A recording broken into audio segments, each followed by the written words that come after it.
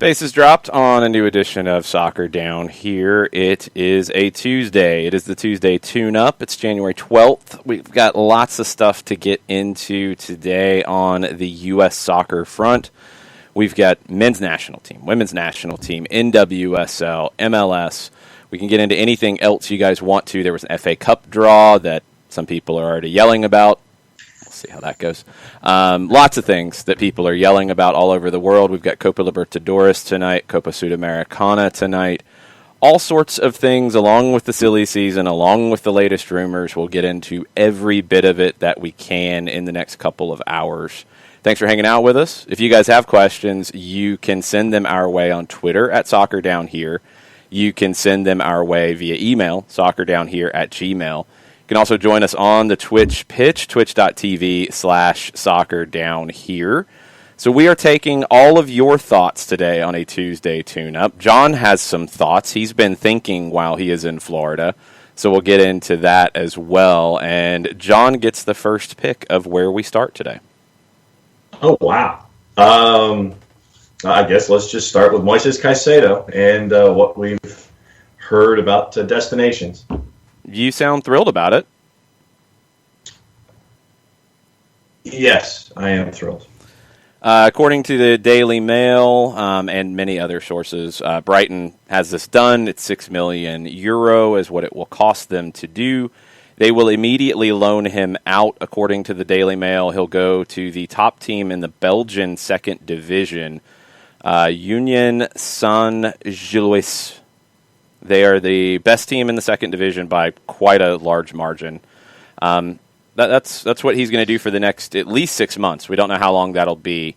There is another move that would open up a spot for him at Brighton in the summer, and the rumors are starting to swirl more and more about Bissouma, the central midfielder from Mali, who is at Brighton right now. Arsenal very interested. There's other teams who are interested too, but they're not expecting a move to happen in the January window, more likely in the summer. I would assume that Caicedo slots into that spot rather than them going out into the market again. So, thoughts?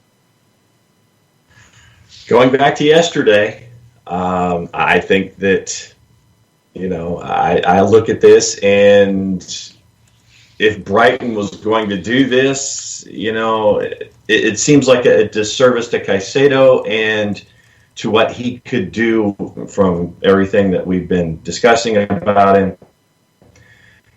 And it's disappointing. I would have liked to have seen what he could have done for Brighton to keep them afloat in the relegation battle that they're currently in. But it goes back to the discussion that we had yesterday with Graham Potter and the notion that I think he's going to stick with his guys when it comes to trying to stay afloat in the Premier League. And,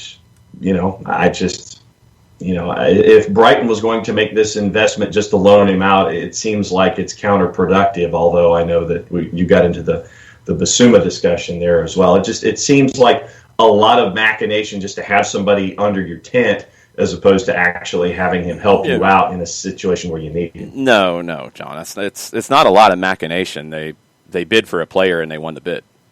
There's no machination. This is how transfers happen. But what we're seeing European clubs do, and I think what we'll see more of them do or at least, let me rephrase, what we're starting to see English clubs do because of the changes with Brexit is it will be easier for them to get work permits for players in South America than it is in some of the lower divisions in Europe. So they're going to start to maybe try to stockpile players.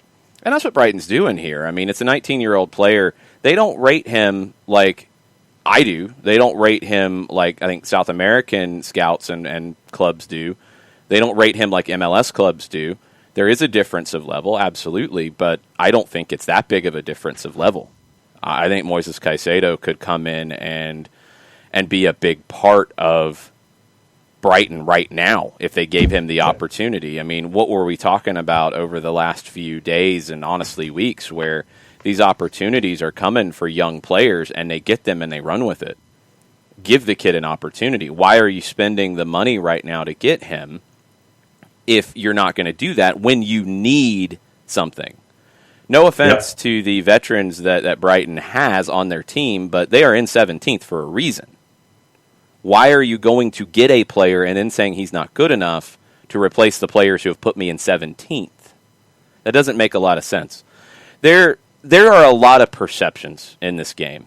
And look, it confuses everybody, here especially, because they're not all the same. And that needs to be understood. There are clubs and there are managers in Europe and in England and in every country you can pick and every different club you can pick who would look at a player coming from Ecuador and say, he's from Ecuador. He's a national teamer. Yeah, he's 19. He can't play for me right now. He's got to learn what it's like to be in this league. He's got to learn what it's like to play here. And that's a crock, to be perfectly honest. There are players or there are people who think that about players coming to MLS. It's a crock. There are players and teams and managers who think that in South America, players moving from country to country. It's a crock. Players are players. You see them, you have them train, you look at them with your group, and you pick the best players. It doesn't matter where they're from. It doesn't matter anything else. It doesn't matter perception. Perception doesn't win you games. Perception doesn't put the best lineup on the field. Talent wins you games. Moises Caicedo is an incredible talent. And he didn't go from being a 17-year-old on the fringes of a first division team in Ecuador to a player who has had a role in a Copa Sudamericana win. That's the equivalent of the Europa League. If somebody was 18 and had a hand in winning the Europa League for a team in Europe, they're the next big thing. Is the Copa Sudamericana the Europa League same exact level? No. Do you still look at that player and say, man, he could help me? I'm in 17th in the Premier League right now. I need something different. Yeah, you could. To not even bring him in and give him an opportunity, unless you can't get the work permit for some reason, and from everything that we are seeing with this point system that is pretty well publicized, he would get the work permit. I don't think that's the issue. If that's the issue, I understand it a whole lot more. If it's just because you don't rate him well enough, you're missing the boat, and it's going to hurt you in the long run because you have players who are just literally not doing the job because you're in 17th. Brighton was not supposed to be in this spot. There were a few people, I think you were down on them coming into the season. I was. Most people had them mid-table. I don't think you expected them to be in a relegation fight, though, even being down on them. Or did you? I had Graham Potter as the first manager to be sacked. Okay, then maybe not. Maybe you saw it. I didn't see it. I thought they would be better than this. They need players to come in and shake it up. To not even give him an opportunity, I don't get it. I don't get it. And then from his perspective, I mean, it's not like he's going to make the signing and then they're going to say, oh, yeah, by the way, we're going to send you to the second division team in Belgium so you can get seasoned. No, he would be asking straight away, well, what is the plan? What are we doing here? And if he was offered more money to come to Atlanta, which is the rumor, don't know what the salary difference would have been, have no idea. But the offer from the club, and generally the player would get a piece of that. By most reports, I haven't seen anybody counter this. It was higher from MLS, and we're assuming that would have been Atlanta. Now, that's still an assumption as well.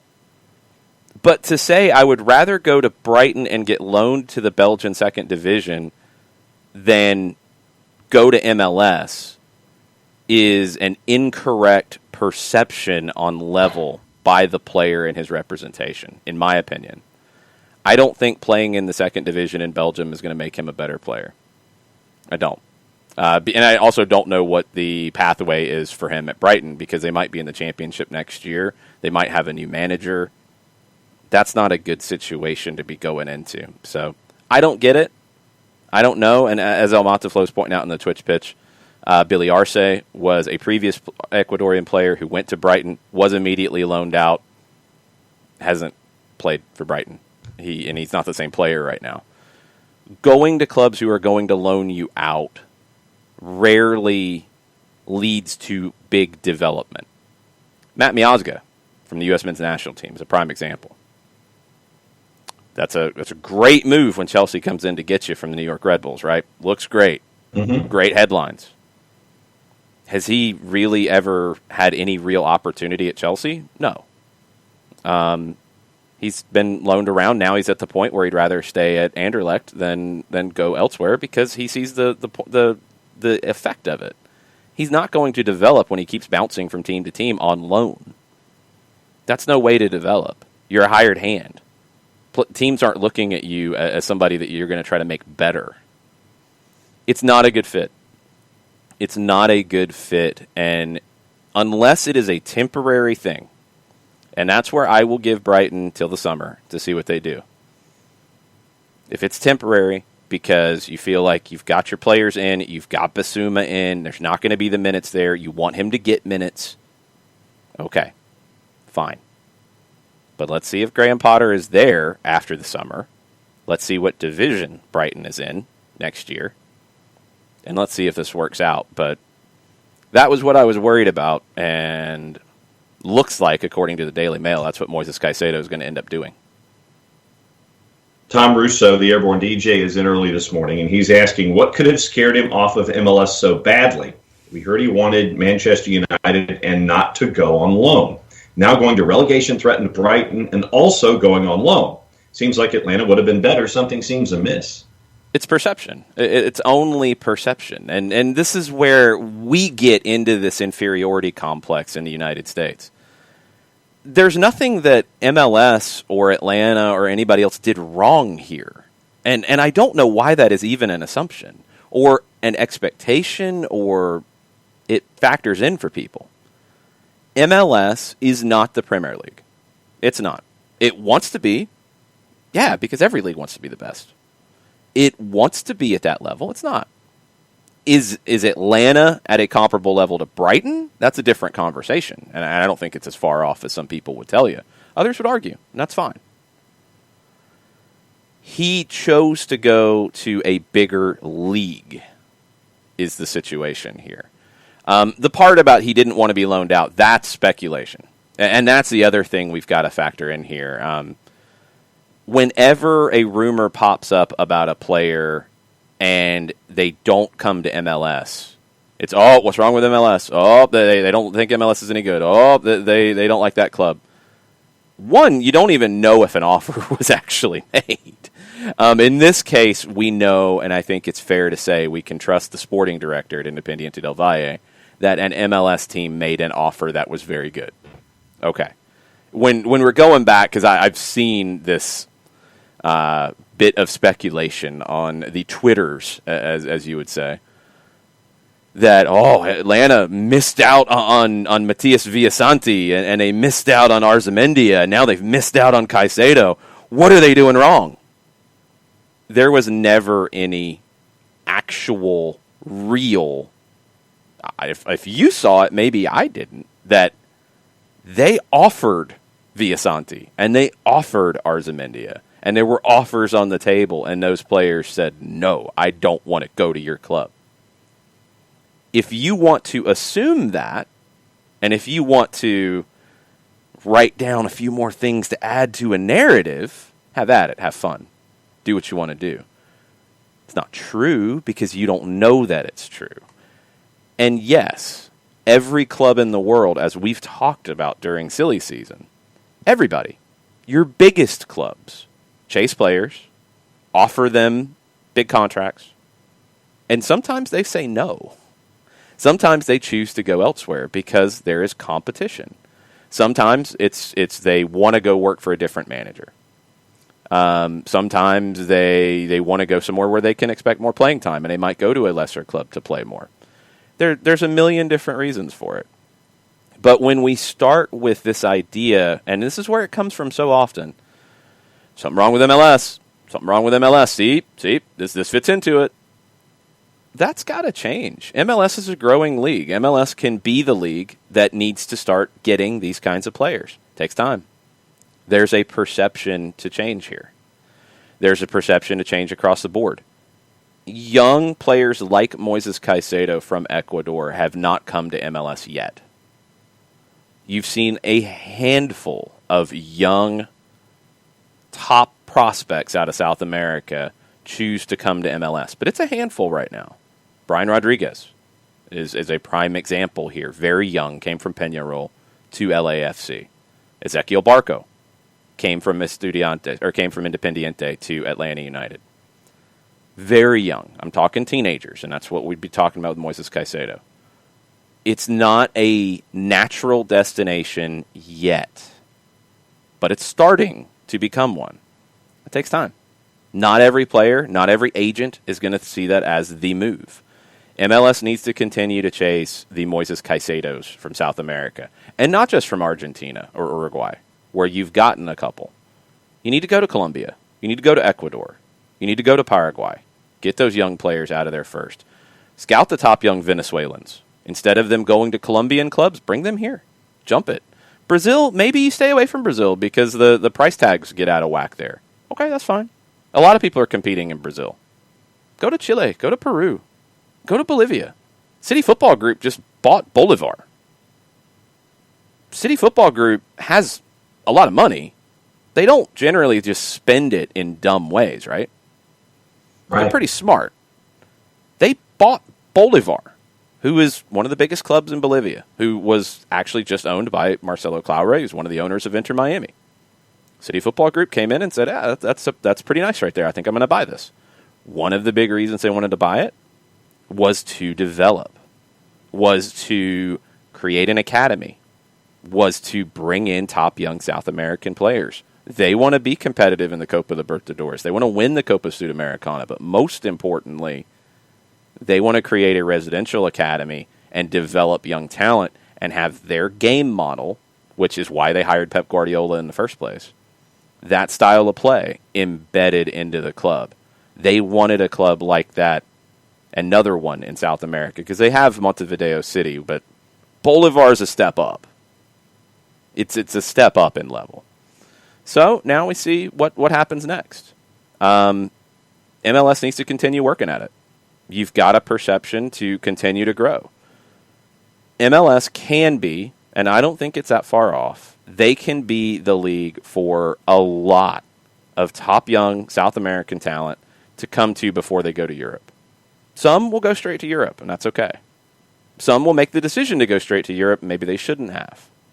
And that's okay too, because that's going to happen. But MLS needs to continue to work at it. I think if this is the situation, and you don't want to say bad things about players and representation and all that, because you might deal with these players and these agents later on, if Moises Caicedo goes to Brighton and is immediately loaned out to a second division Belgian club, that's a bad move for him, in my opinion. I don't think that helps his development. If it is temporary, I'll give it an out. I'll understand it. If he is not factored into the first team playing time at Brighton next year, wherever they are, Premier League or Championship, then making that decision to take that move was a mistake. Yeah, no, I honestly think that Moises Caicedo can help out Brighton now. And the fact that he's being loaned out is obviously a disappointment, and it should be a disappointment if you're a Brighton follower, considering what you've got on hand right now and where you are in the table. I think that someone like this can help you out. But if this is the path, I'll wait till the summer and see what they're looking at here. Tom followed up, by the way. Yeah. He says, to be clear, I wasn't suggesting meaning Atlanta did anything wrong. Yeah. Because I agree we're closer than people think, and definitely better than a second division Belgian side. Yeah, no, I know that, Tom. And look, sometimes when people tweet things, first off, you don't get the full tone and context every time. But it also opens doors for conversation. And it shouldn't be a perception that something went wrong from MLS or from an MLS club when they don't get a signing like this. It's just the nature of the business. I think in general, we've got to stop thinking that MLS is lesser. Yeah, I mean, you can rank it and you can look at the teams and you can put them wherever you want. I think they're far closer to the 6th spot than they are to the 12th spot that some would in a world ranking, or some put them even further down than that. I think those spots in there are very fluid. They're not there yet. You got to win. You got to win the CONCACAF Champions League. That's how you nail down that kind of a spot. I can't put MLS on the whole ahead of Mexico because of that. I can't put them ahead of Argentina and Brazil in this hemisphere. But I don't think they're far off from any of them. I think it's very, very close to all three of those. And for a young developing player, it's a good move. And Johannes mentioned in the Twitch pitch about TV and how much you have it from a TV perspective in this country with Premier League versus MLS and TV exposure. But here's the other side of that, and I think this is why some young players are choosing to come to MLS. And some of it, look, is down to language. It is. But if you are playing in Argentina, if you are playing in Ecuador, where are you going to be seen by more Europeans in Major League Soccer? If you're playing in Mexico, where are you going to be seen by more Europeans? Major League Soccer. Players have talked about that. Mexican players have talked about that. When they've been in Europe, they can watch MLS. They can't watch Liga MX. There's not much. I mean, BBC just picked up the Copa Libertadores at the quarterfinal round. And that's the top of the top in South America. MLS gives you a level of exposure to Europe that South America can't match, that Mexico can't match. That's something that is very big for them, and that was a very strategic move when MLS started creating a lot of these television international partnerships that are real big, that are huge. It's a massive step for the league going forward, and they have to continue to exploit that, and they have to continue to work at it, and it's a process. But it's twofold. You have to continue to win these battles and getting these young players. Most importantly, you got to win CONCACAF Champions League. And if you do get this invite, and we don't know what's going to happen with a Copa Libertadores or Copa Sudamericana, Mexico's already planning for it. We don't know where MLS fits into that. If they get teams into that, they have to be competitive. Managers have to take it with the right approach. Everything has to raise up another level. And that is going to be a challenge going forward, because when you get those opportunities, you have to take advantage of them, because that's what will change perception even faster. You said they're closer to 6 than 12 internationally. Who's in your 6 to 12 discussion when it comes to leagues around the world right now? Well, it's the ones in this hemisphere that I mentioned, Mexico and Argentina and Brazil, and then it's the Netherlands, it's Belgium. France is 5, and they're a solid 5. Portugal is in there. And these are leagues across the whole. It's not saying that, I think, and Bern, correct me if you disagree, I think MLS is a better league than the Austrian Bundesliga. I think Red Bull Salzburg is a different conversation than your average MLS team. There's a difference there. But league as a whole, I think MLS is better than the Austrian Bundesliga. So I put it in that mix. I think the Dutch, the Portuguese, the Belgian leagues have more history. They have top teams that are in Champions League and making runs. But as a whole, MLS is a really good place to be. Let's see. We are caught up on Twitter, but no, I look at it's just because the other point that I haven't made in discussing Brighton. Just because something didn't happen with an MLS team doesn't mean that the MLS team did something wrong. It means that for whatever reason, The individual and the agent thought that going to the other destination was the destination that they were supposed to go to. Don't look at it as something where an MLS team did something wrong to spurn a player. It's just that the agent and the player, for whatever reason, thought that other destination was the place that they wanted to go. Yeah. I mean, we've covered that. Let us know what you're thinking about where MLS stands in this. We'll keep you posted on Moises Caicedo and Basuma and any other rumors around Brighton and what happens with this because of the MLS connection. But there's a lot of other things to get into. 10 o'clock, Bart Keeler's going to join us to talk U.S. men's national team, also U.S. women's national team. You've had some changes to the pool of players on the men's side in the current camp. There's a lot of conversation on the women's side with NWSL having their draft tomorrow, with another player, Abby Dahlkemper, headed to Manchester City to join Rose Lavelle, to join Sam Mewis, sign a, looks like 2.5-year deal, leaving the North Carolina Courage. So there's questions about what happens with the NWSL going forward. We've talked about this since the last World Cup. This wasn't a surprise that you would start to see this because of dollars and cents. Because of big clubs in Europe taking the women's game more seriously and spending more money and competing for players. So we'll get into a lot of that with Bart at 10 o'clock. Coming up today, you've got some interesting games around the world. South America has some very interesting ones. Second leg of the Copa Libertadores semifinal with Palmeiras and River Plate tonight. Maybe not so interesting because Palmeiras has a 3-0 lead. There are a lot of conversations around Marcelo Gallardo's future at River Plate. His name has come up with MLS clubs in the past. I don't think it will right now because it looks like Miami is going to hire Phil Neville at any point. They previously chased Gallardo. I don't know if Toronto is waiting for something like that, but the reports have been Toronto's been more interested in Chris Armas than anybody else.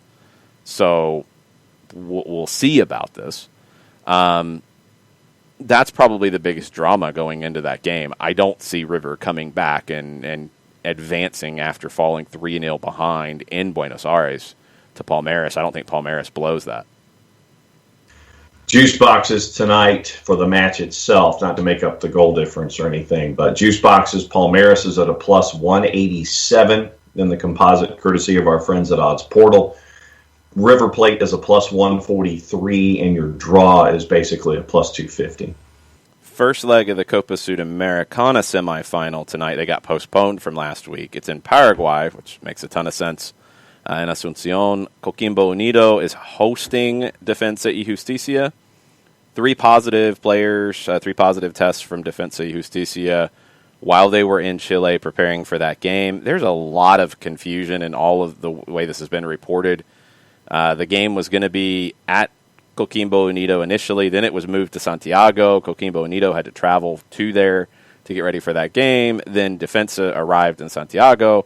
Then they had their positive tests after all these players testing negative the whole way up to the game.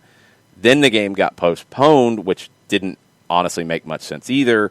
There were lots of finger-pointing back and forth about, did CONMEBOL say they had to do this? Did the Chilean health authorities say they had to do this because of close contacts? They didn't play. Defensa finally got back to Buenos Aires, I think, late on Friday. The game was supposed to be on Thursday. And they didn't play this weekend in domestic play because this game is today. And now those players who tested positive have tested negative and traveled. So was it a false positive in Chile? Who knows? I don't know if they were tested twice in Chile. I don't know. The whole thing is a mess. And it's a shame for Coquimbo Unido. Look, I'm a Defensa y Justicia fan, and I'd love to see them get to the final because of the work they've put in to get here. But Coquimbo Unido is getting completely hosed in this whole situation. They didn't get to have a game at their home first off. It gets moved to Santiago. And then it gets postponed. Then they don't even get the game in their own country. They have to go to Asunción to play it. If they had played it on Thursday, Defensa would have been missing 3 important players. Now they're not. I mean, the whole thing is just, it makes no sense. And, it's not like Defensa y Justicia has a whole bunch of power in CONMEBOL to affect these changes. I mean, they're a tiny little club who's never been in a situation before. Does the Argentine Federation maybe have more clout than Chile? Sure. I haven't seen any real things about, they're throwing their weight around to try to get another team in, because they could have the other semifinal in Sudamericana as 2 Argentine clubs. So it could be an all-Argentine Sudamericana final. But none of it makes sense. The way the whole thing's been handled doesn't make a lot of sense. And it's a very important series in the Sudamericana. It is a semifinal.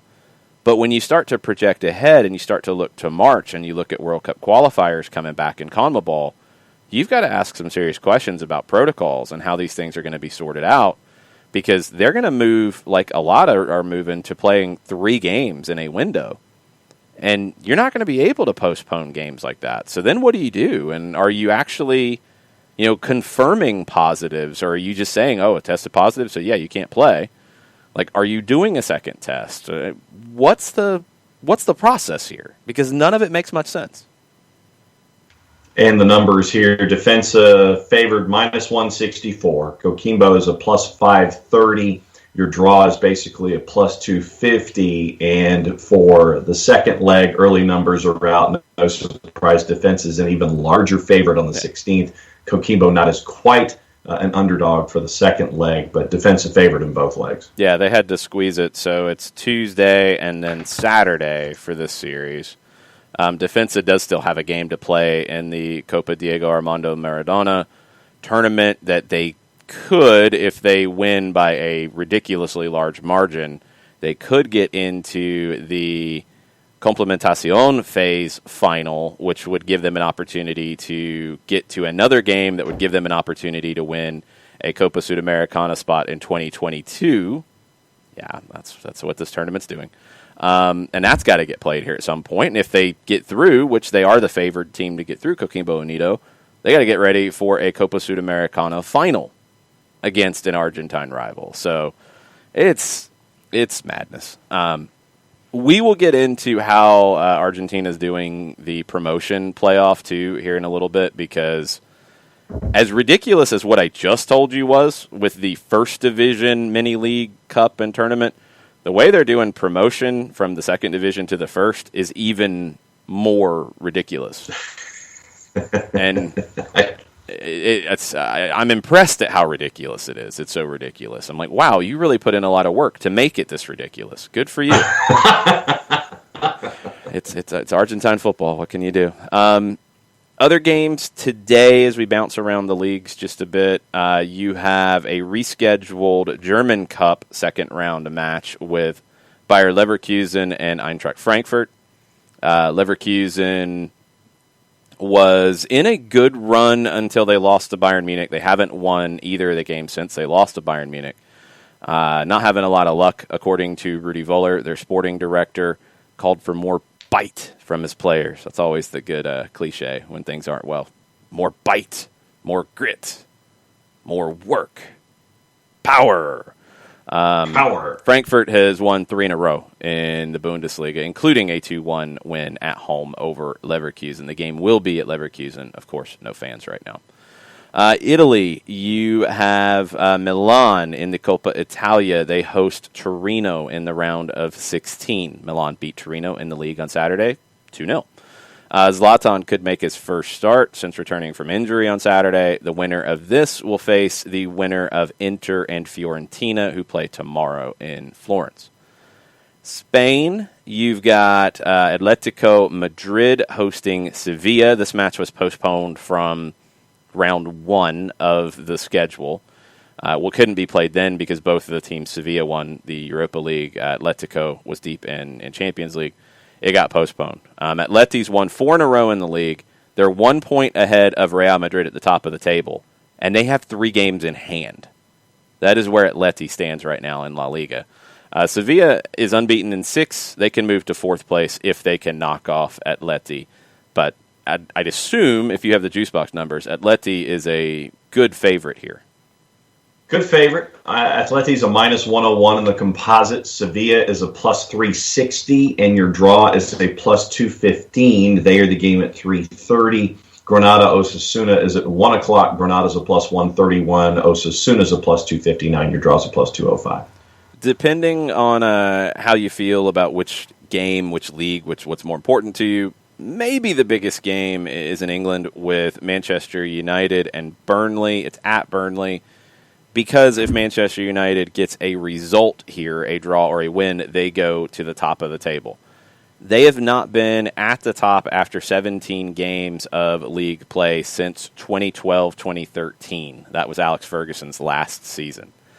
Would add just a little bit to Sunday's match at Liverpool. That is one of the biggest games in the world, and if Manchester United jumps into first place with a result today, it will be even bigger, and we'll get into that as the week goes. Anybody giving Burnley much of a chance here on the numbers? That'd be a no. Burnley's a plus 637 in the composite. Manchester United a minus 217. Oof. And they are one of 3 games today in the Premier League. Yep. Okay. I'll keep going. Sheffield United trying to get a win. This is game 18 for them. They still don't have one. Yeah. They are hosting Newcastle, which could happen, maybe, possibly. Everton heading to Wolves. Everton can get back into the top 4 if they get a result. What are the numbers on those two? Sheffield United is a plus 148. They are the favorite. Newcastle is a plus 217. Your draw is a plus 215 because of the absences of Newcastle. But Sheffield United has absences as well. I think the teams have a total of 13 absences from their traditional starting 11s. 315, Wolves and Everton. Wolves is a plus 156. The draw and Everton are at plus 210. It just changed in front of me. Everton is a plus 211. Draw and draw. Yeah. That's what I think. Yeah. I will go double draw on that. What else is on your mind this morning, John? Well, since we are in the 9:30 part, I did have some questions. Oh, boy.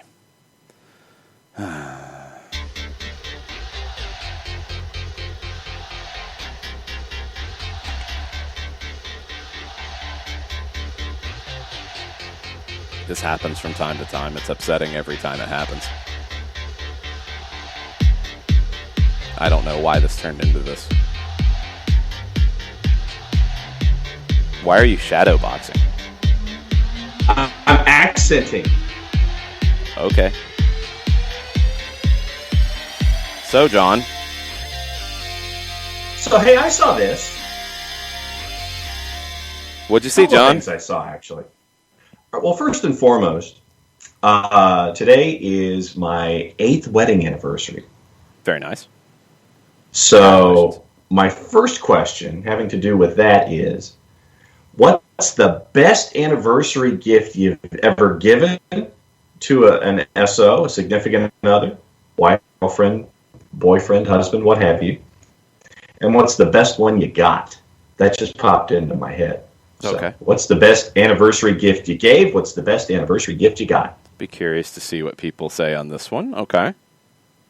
All right. So, and the second question that I had this morning has to do with something that I saw in OneFootball. And one of the pundits at OneFootball was posing the thought that he said that Manchester City is the favorite to win both Champions League and Premier League this year. That was the guy's hot take, and I'm like, okay, that's a rather interesting hot take. So I pose it to the floor. In your mind, folks, is Manchester City the favorite to win both the Premier League and Champions League this year?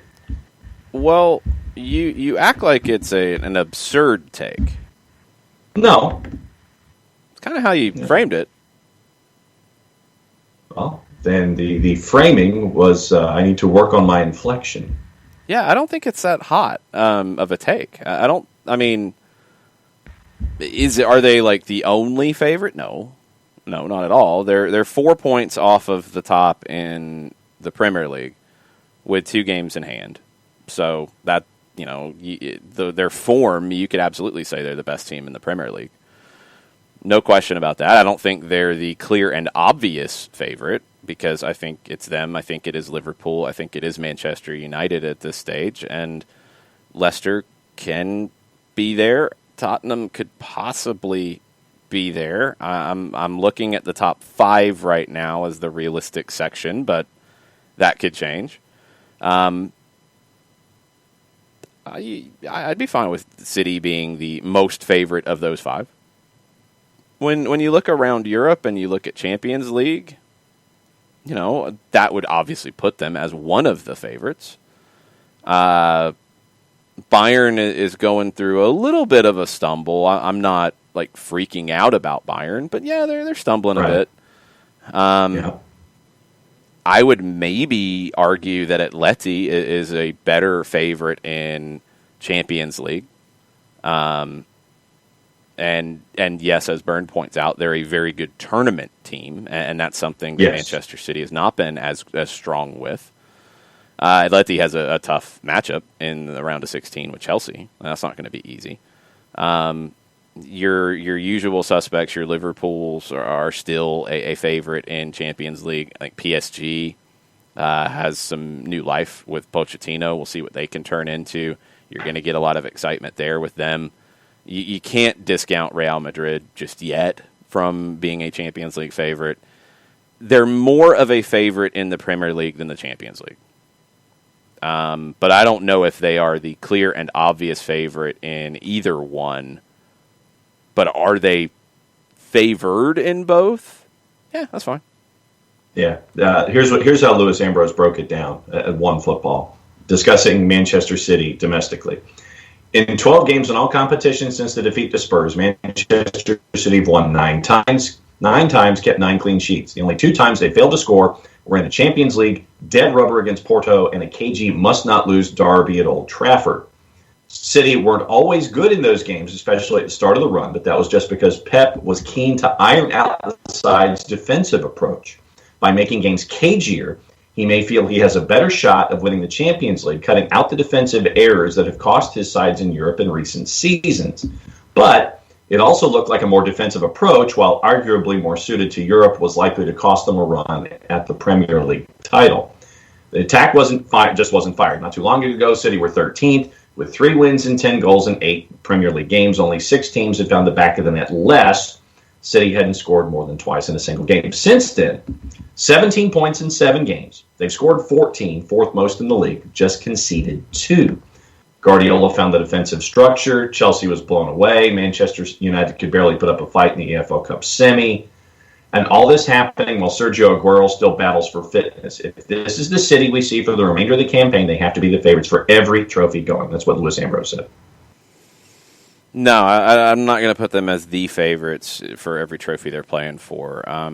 But they're in the conversation, and that's fine. I don't have a problem with that at all. What's your other thing you're thinking about today?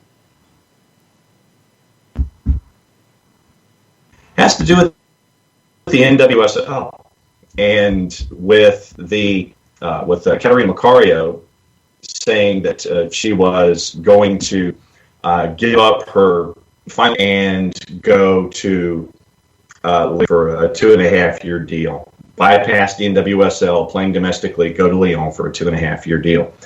There were a lot of folks who were talking about the NWSL and the words were all over the place about how some folks were saying on social media that this was a disaster, that Caterina Macario wasn't going to be playing in the NWSL. It's a disaster for the league going forward. So then you had other folks sitting there saying, okay, well, then we need to fix things so that players like Caterina Macario, when drafted, would stay, or they would just, stay, period, if they were older than draft age and playing in college. So with the NWSL currently, how would you, and this can be a collective, if you and everyone else listening,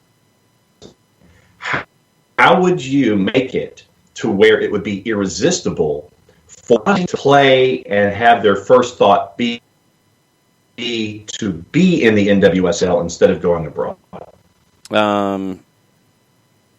Okay. First off, you're breaking up a little bit, so if there's anything you can do on that, think about it on the connection, because it's not so bueno. Second, okay. You're asking something that's impossible. You can't make a league irresistible. It's impossible. What NWSL has to realize is that, and this is American soccer as a whole on the women's side, they have to realize that they are not the top dog anymore, with no question about who that is. Like, you know, in the past, you could put an NWSL tag or a U.S. Women's National Team tag next to a game, and yep, the American team's going to be the better one here. That's not the case anymore. You know, when national team play, there are teams that are playing at the same level as the U.S. women. Some are playing better. In club play, Lyon will go out and spend a lot of money to put together a top squad. But also, as Grant Wald reported, Bayern Munich was trying to get Macario. Bayern Munich's spending money on the women's side. Manchester City is spending money on the women's side. Real Madrid is spending money on the women's side. It's not, PSG is spending money on the women's side. Arsenal, Chelsea, money on the women's side. It's not just a foregone conclusion that the best women's players are going to be in the NWSL anymore. And I think the wake-up call is that now it's not a foregone conclusion that the players coming out of college are going to choose to play in the NWSL anymore. And that's twofold. It's because those players realize there's a bigger world out there and there's more talent to be found and better teams potentially to be found out there and maybe better money. And there's also clubs that are coming in and scouting the U.S. college system and saying, yeah, I want to go sign this player because she's a special player. And it's not the first time. Dana Castellanos, didn't choose to go to NWSL. There's going to be more. You have competition now, and it's the same as any other league in any other country in any other continent about soccer. The women's game's not different than the men's game in the way that it's structured. And there's not just one league that's the best. The NWSL is not the only good league in the world anymore, and the teams aren't the only good teams. Players are choosing to play in other leagues. That's just going to happen. So this idea that it's a catastrophe for the NWSL, no, that's incorrect. The idea that what can they do to change everything so this doesn't ever happen again? Well, that's impossible. It will happen again. There's no way around these things. How you limit it from happening is you continue to develop a strong league as a whole. You continue to, I think, play more games. I think you continue to add to the attention that the league gets in this country. Increase the amount of money you can spend. But it is a business, and that's what you're going to have to realize, because NWSL is a standalone business. The people who are paying these salaries have to make a decision on how much they can pay. Lyon can write off, because they do at times, what they spend on the women's side because of what they make on the men's side. NWSL doesn't have anything else to back it up, to back up those expenditures. Chelsea, Manchester City, all those other clubs, they have an ability to bring in revenue from a whole club situation that they can allocate towards the women's side. The NWSL has to make it as a standalone. So they've got to increase their revenues to spend more, because, what's it going to come down to? If you have good teams in both places, if you have good competition in both places, if a player's offered $1 million to play in one place and $2 million to play in the other place, they're going to go to the other place. So you got to be able to spend more, but you got to be able to compete.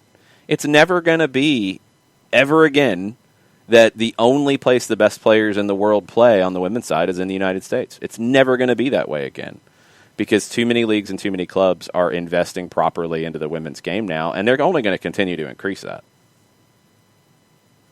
Also, in this morning, the Colonel has a question. If MLS can put together an agreement with Nickelodeon, considering what we saw at the playoff games this past weekend, how would you employ the green slime, and where would you insert SpongeBob? SpongeBob would be the VAR, and I would use the green slime when somebody gets a yellow card. Okay. Because I was thinking, much like what the NFL did with SpongeBob and putting him in the net between the goalposts, I was thinking that if you had SpongeBob in the netting itself, once a goal is scored and it hits the back of the net, then SpongeBob, poofs and disappears. No, I want SpongeBob running the VAR booth. And then green slime. Let's see. So green slime happened in the NFL game when a player scored, right? Right. So would you? So if the same thing happened, if you had the green slime when a player scores, the green slime comes out of the net, maybe comes out of the net back in toward the field of play. Jarrett wants it for an own goal. Thomas Chewin wants the slime for anybody who puts a shot into the stands. Okay. Both of those are fine. Okay.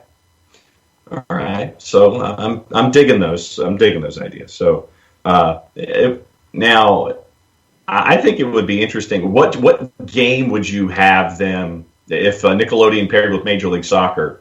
What would it be? A particular round? Would it be a regular season game, a playoff game like they did with the National Football League? How would you do it? I think it's better for regular season. I don't want to minimize a playoff game. The NFL has so much power with playoffs that they can do this as an alternative. MLS doesn't. The playoffs need to be treated as the most important thing. But I would do it for regular season games. I'd do a few. For MLS, I think maybe they would benefit from doing it for not like the Cascadia Derby or El Tráfico or something like that, but just other games. Just pick other games and slot them in. Or do a highlight show. I mean, I'd almost maybe even do that, would be to do a weekly or monthly highlight show where you can pick crazy things and have fun with them in the Nickelodeon universe. That might be the best way to get your bang for the buck with Nickelodeon and MLS if you went down that road, is do a weekly or a monthly show where you show like the crazy bloopers and make fun of it and have fun with it. You show great goals and have some kind of celebration of it. That's the way I would go with it. Okay. That sounds pretty solid. So we'll put that one out to the floor as well, since everybody seems to be jumping on that one this morning. So had a lot of stuff in the brain to think about. So I had some stuff back up in my brain. Ugh. It's not a pleasant picture, I know, but nevertheless. That's gross. Yeah. That's not good at all. From the Twitch pitch, the answer on the NWSL thing would be for Atlanta United to start a women's team, play in front of 40,000 people, and put it on Fox Sports South and sell tens of thousands of jerseys. Absolutely. That would be amazing. And I think it'll happen at some point. I just don't know when. I don't know what the timeline looks like, and I'm sure the timeline's changed with COVID and how things go, but I do think that'll happen. I do think there will be an Atlanta United women's team, and I know the marketing situations and all that. I don't know what it'll be called. I don't know what it'll look like with the Nike Adidas stuff. I would love to see MLS and NWSL, if not be under the same umbrella from a business perspective, because that's a lot harder to accomplish, have a true strategic partnership and how they work together to increase the impact of both. Because I think what you're seeing with European clubs is they're realizing that the women's team can bring new people into the club who maybe weren't as emotionally attached as they were before. And they're also able to bring people who are attached to the club to the women's side. And I think both benefit. So in MLS, they need more people attached to the team from an emotional perspective. Good. And the women's game in the U.S. needs more emotional attachment at the club level. If I could go a step further on this question, the biggest thing that the NWSL and U.S. Soccer as a overseer of it need to do is make the NWSL be more important. Right now, it's still the women's national team is everything, to the point that when players come back from tournaments, they don't go back to their NWSL team. They take a month off. Players opt out of NWSL competition. It's not looked at as serious. That needs to change. The club needs to be the first priority. It took the men a while for that to change. It did.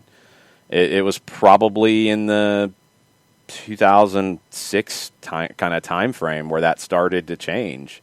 The national team will always have a lot of power and always have a lot of juice to it, and that's good.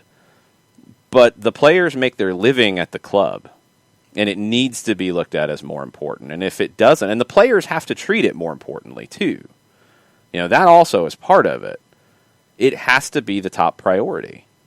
And until it is, people, if that's not, a conscious decision when they look at how players treat NWSL and say, oh, well, it's lesser than, it's at least subconscious. And it's not a good thing for NWSL when top players don't play in games because of national team commitments or because of opt-outs or whatever. And look, this past year was different, and I completely understand that. But we saw it after the 2015 World Cup. And we saw it after the 2019 World Cup. It's not just because of COVID in 2020 that players opted out of playing and stuff. It's happened after every big national team event and tournament where players just don't go back to their club team at a fast pace. They just choose not to. And that's not okay. And that's got to come from the players themselves making the NWSL more important. NWSL has to figure out a way to navigate that. Since Bart is just around the corner, you want me to thank somebody and then we'll bring Bart in? I believe it is that time. We will see how the judges feel about your performance. We will see where this one goes because sometimes things get a little sideways with your reads here, and we'll see how you do on a Tuesday, January 12th, as you thank Steve Apolinski.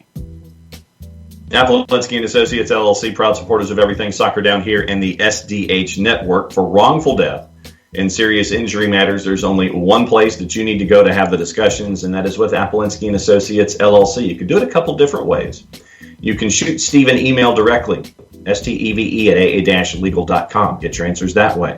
You can get a free consultation by giving them a call at 404-377-9191, or go on the World Wide Web, large device or small, type in aa-legal.com, hit enter, hit return, hit the arrow key, whichever advances it to that home page.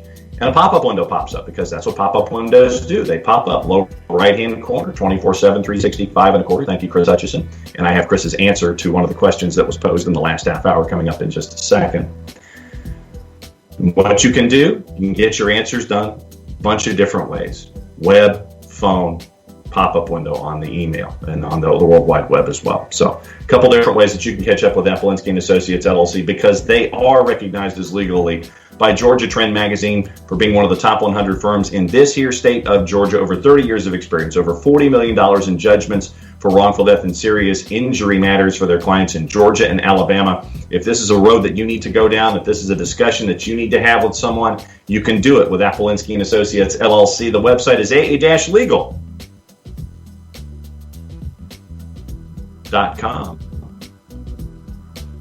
All right, we'll see how the scores go on that.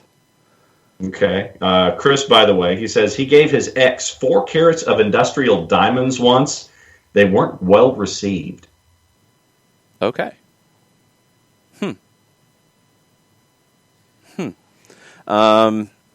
That's interesting. All right. I did not mean to add a sound effect, Abby. That was complete and utter luck that my sipping sound effect was in there as well. 8.5. Oh, I did not hear it. See, there you go. 8.5 from Abby. Sean, -2, too fast on the start. -1, fumbled the phone number. -1, still no research on who's behind the pop-up. -1, off script. -1 for a bad microphone. 3.5. All right. J-Dub says you broke there at the end. 4. Sharif goes 7.5. This one's all over the place. This is a tough one. DK, they all are all over the place. No, they're usually not this wide-ranging. DK with a 6 said it was average. Sam Williamson, 8.5. Nice job. Mizano, 8. Yeah, not bad. You got a little out of whack with the pause in the middle for the Chris Hutchison shout-out. That's where you got down to an 8. No the Airborne DJ, Tom, goes 6.947. Okay. I'd like to know. It has to be a mean average. Yeah, I'd like to know that scoring system that the Airborne DJ uses. That's an interesting technical one. merit, I'm sure, was a little different. Yeah, seriously. All right, let's get Mateo working and grab Bart Keeler to talk about U.S. national team stuff, and that will be both on the men's and the women's side because we've got camps going both ways. Lots of things to jump into with Bart. Why are you pointing like that? That's creepy. In case I leave, and it's always that last image that's always up. That doesn't even make any sense. You don't leave. I don't even know what you're doing right now. You don't know how the show works, and you've been on the show from the beginning. Welcome, Bart. Well, hi, guys. Thanks for having me this morning. Hey, no problem. Morning, Bart. Mateo gets the job done. How are you? Happy New Year. Happy New Year to you all as well. Yeah, doing all right. I got to be honest, a little tired after staying up all last night to watch the college football championship. Still concerned why they play that at 8 o'clock on a Monday. But, hey, whatever works best for them, I suppose. I guess. Where do things stand for you with the men's side? Let's start on the men's side because you had a little bit of news yesterday. Kyle Duncan has been called into the U23 side of things. I think some people maybe are getting a little bit confused with how this is structured with 12 senior players and then the U23 camp alongside, and I don't know how separate they actually are from a training perspective. You did have a U23 player who tested positive upon arriving. Duncan came in to replace them. When the call-ups came, when the lineups came out of what this player pool was going to look like, were there any massive surprises to you? Do you still think like there's players that are left out who should be there? Is there anything that jumps out to you? There were a couple of surprises from more of the senior team than the U23 team. I think this U23 team is a little bit of just guys who were available, who wanted to come in. I don't know if this is an exhaustive list of every single U23 player and particularly in the U.S. or Canada. I don't think this is an exhaustive list of the guys that Berhalter and Kreis would want to bring in, but it's fine. I have nothing wrong with this U23 roster. There are some guys that I wish were on there. Still not sure where Keaton Parks is for the U.S. men's national team at all. It's a little weird that he has been a little absent during Berhalter's time, especially in 2020, but, that's still to be determined. A little concerned that Gianluca Busio and Caden Clark weren't called up. I thought at the beginning that it could have been an age thing, like they were just a little bit too young, but there are some other 18-year-olds on this roster, so I don't think that it's that necessarily. Other than that, I mean, I would have preferred to see Cole Bassett in this camp. I thought that it's a little unfair to him that he only got a little bit of time in the December friendly. I would have liked to have seen him come into this camp for the U23 discussion. I think he's a really, really bright young player in MLS who has really good potential ahead of him. And I think he could have added something that this camp roster doesn't quite have. But no, I mean, it's fine. The one that I think I was most concerned with was Donovan Pines, and he got called in, so I'm okay with that. Yes, me too. One of the most underrated players in the pool, in my opinion. I don't know why he doesn't get the credit. It gives me Eddie Pope vibes. He really just does. And I know that's a DC United thing, but the kid just looks like him too. Yep. Kind of tall, slender, but like super athletic, super smart. I'm really hoping that we get to see Pines and Miles Robinson play next to each other. I don't think that'll happen. That's a dream that I can hold on to though. So then who else are you looking forward to? I mean, it's I know that we talked about who should be there, but who else are you looking forward to off of this list now?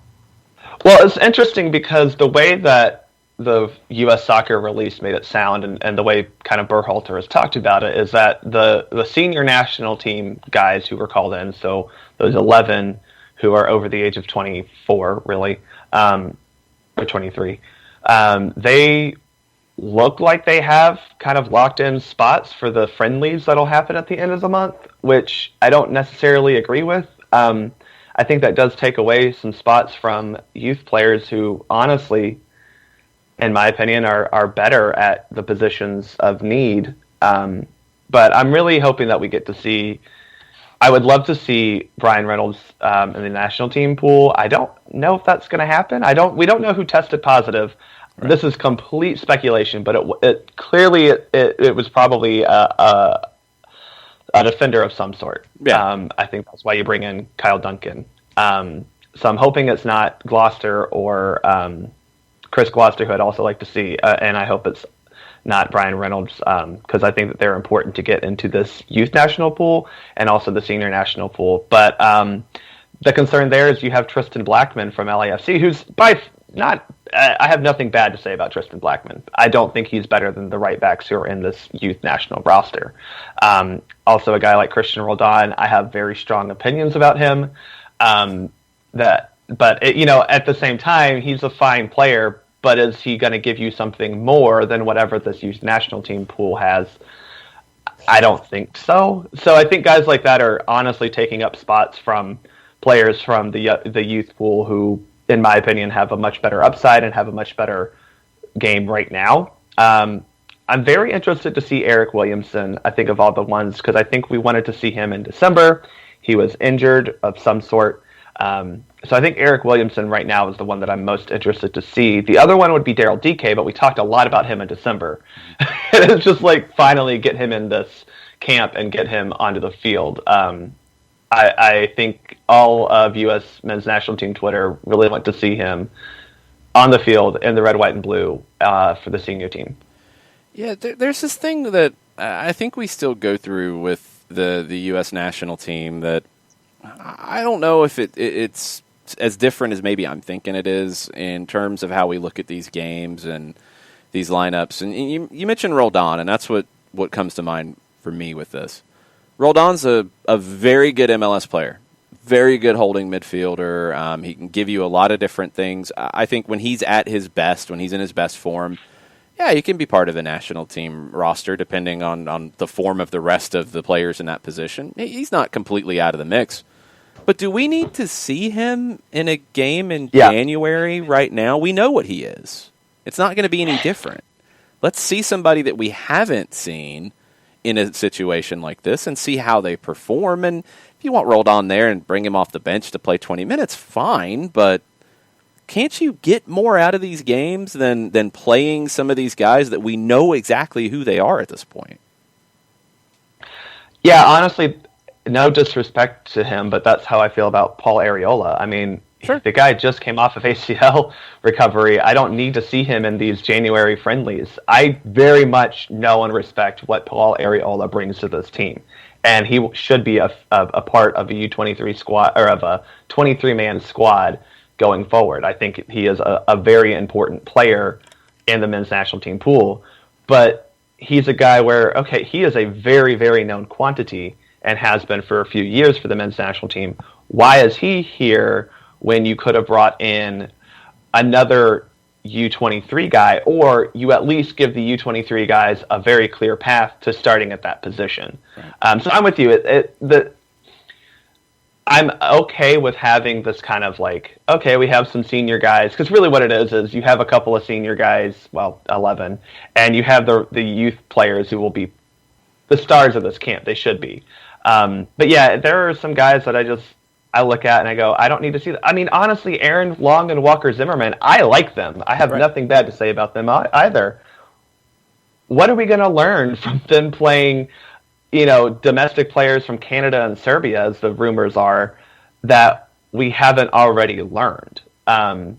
It takes away an opportunity for guys, even like Abubakar Keita, who has had a couple of good seasons for Columbus. Your guy, I think you really like Mauricio Pineda. Yeah. I think that he's a guy who you would like to just see.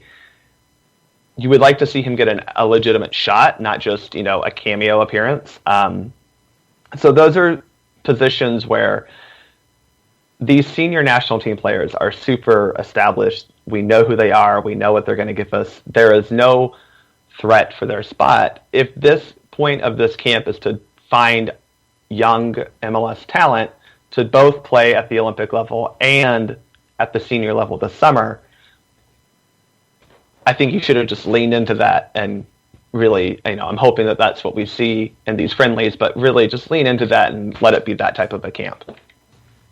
Because, Bart, there have been times in the past where I know that we all have sat there and pick a camp going back however long you want. There have always been those guys that you want to sit there and you want to see them get some run, and it ends up being a glorified cameo, and then they get kind of pigeonholed into a notion instead of getting that run where you think that they can expand. And it's something that continuously is there that you'd like to kind of sit there. It's like, put the experienced guys to the side. We know what we're going to be getting from these folks. Let me see the younger guys, because that's where the future is. And if you can't see the future now, then it's going to be troublesome later. Well, this is especially something that, if this were a normal year, I don't think I would have had a problem with this type of a roster setup. But you just had a December camp where it was an only domestic camp, and you saw most of these guys. It's fine. This squad I have no real bad feelings about it, other than it's fine. There are some senior guys who I wish weren't in here. There are some youth players that I wish would have been called up. But this camp as a whole is fine. I'm not going to take anything from this camp and make serious judgments on either Berhalter or the status of the U.S. men's national team. So on the women's side, both have competitions that they have a lot vested in this season, this calendar year. The men have a Gold Cup. The men have World Cup qualifying getting started. The men have an Olympics at the U23 level. The women have the Olympics, which is a senior tournament, which is, honestly not that far off of the level of a World Cup. They're trying to get back in, and they've got a manager who really didn't get much of a normal first year with the program. Looking at the women's side, what are your big questions going into a 2021 that we now know will have the She Believes Cup back in February, where they'll play Canada, Brazil, and Japan, some serious tests coming up in Orlando in February? Well, to piggyback off of your NWSL talk from the previous segment, I'm very interested to see if Vlatko is able to find some new domestic talent, because as you talked about, the top talent is going to Europe, and there's a lot of reasons for that, and the number one is they're actually going to play a season, and second, I think, is money. And NWSL is shooting itself in the foot a little bit here without having legitimate plans for what they hope to see as a 2021 season, and that's affecting the U.S. women's national team, and it's affecting Vlatko's ability to scout players, because especially last year, he didn't really have, other than the NWSL Challenge Cup and then the fall series, he didn't really have an opportunity to really see players in game action. So he's had a couple of training camps last year that were very expanded rosters, so that's how he's been scouting. But even then, it's not truly being able to bring in players who you've seen perform at a high level. So I'm concerned for the U.S. women's national team that you're not going to be able to truly find great young domestic talent to replace. This roster for the Colombia friendlies in January is pretty good. I'm happy with it. On the whole, I'm really happy that you're bringing in some young goalkeepers.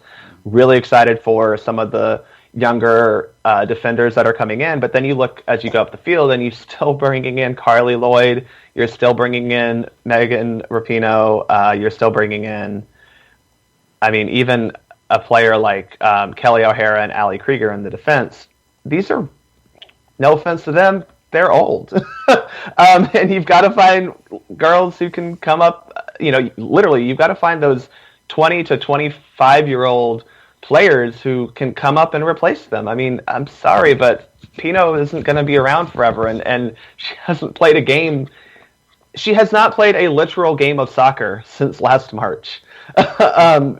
and who knows what she's been doing. I mean, she's been training. I'm not saying that, but like it's hard for me to look at this and go, yep, those ladies absolutely should be on this roster. And it's like, oof, we got to find some players who can finally step up and replace them. And I think we had them. Some of these players who are, at Manchester City and Manchester United probably are, I think the starters. I mean, Tobin Heath and Alex Morgan and Kristen Press are probably your starting front line, as opposed to having Carly Lloyd or Megan Rapinoe in there. But this NWSL season, that will or will not happen. We're still not even sure what it's going to look like. It's just taking away the opportunity to find young domestic talent that can replace the girls who are about to transition out, because we've had 2 years since the World Cup. You should be transitioning that talent, and unfortunately, it's just not seeming to happen right now. And that was, Bart, what I was trying to talk about with the men's side is the whole transitioning of talent as a part of this, and especially where the women's team is concerned, where the world is closing in on the United States now. It's not where it's just like the United States and then it's everybody else. It's like the world is closing in on the U.S., and I would think that it's camps like this where you can get those examples in-house and put them in your files and sit there and say, okay, here are some of the players for the future, instead of looking at the veterans that we know are there and we don't know how much longer they're going to be there. It's bringing in all that younger talent that you can scope out and look and have, that you know that you're going to need later on because the pressure's on you to stay on top. Yeah, and let's be real honest. We've had this narrative of the world is closing in on the United States since the 2011 World Cup, I think. And we've made 3 finals in a row. It is closing in, but the United States has continued to rise above the level of competition.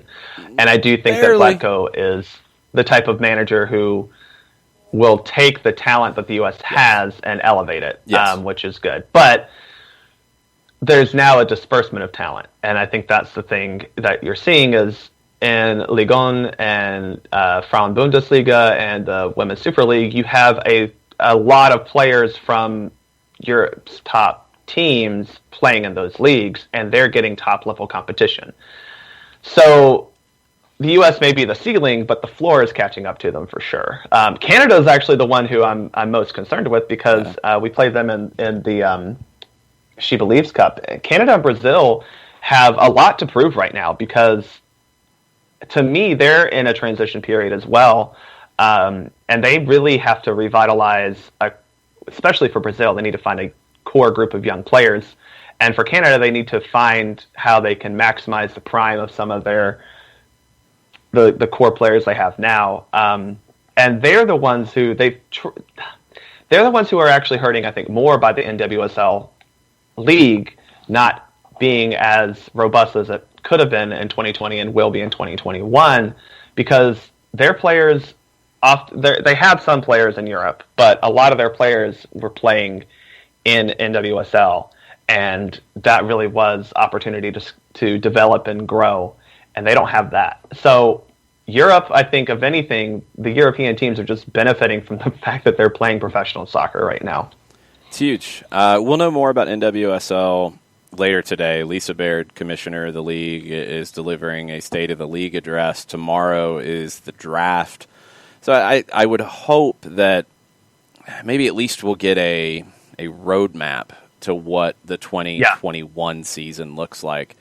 I don't even know if there's been much speculation on when a start date would look like. Is it mid-April? Is it the beginning of May? What does it look like? And then you've got to deal with the Olympics as well, which will probably require taking a break at that point and then coming back. And it's a challenge. It's a challenging year for the NWSL, where again you see another top player probably leaving the league, and Abby Dahlkemper going to Manchester City, because I don't know if it's even as much about the league schedule and the unknown about it. I think it's because Manchester City is offering good money, and it's a good level, and it's a good club with ambition, and she's making that move for her career. And that's happened a lot here lately. And NWSL's got to find ways to make it more worth it for these players to stay in the league. Well, and you mentioned Dahlkemper, who, I mean, I think she'll do well in the Women's Super League. I think she so has too. a lot of skill sets that'll dominate that league, to be quite honest. But even a player like Catarina Marcario, who I don't remember where I saw this, to be quite honest. This has been doom scrolling Twitter for the past week.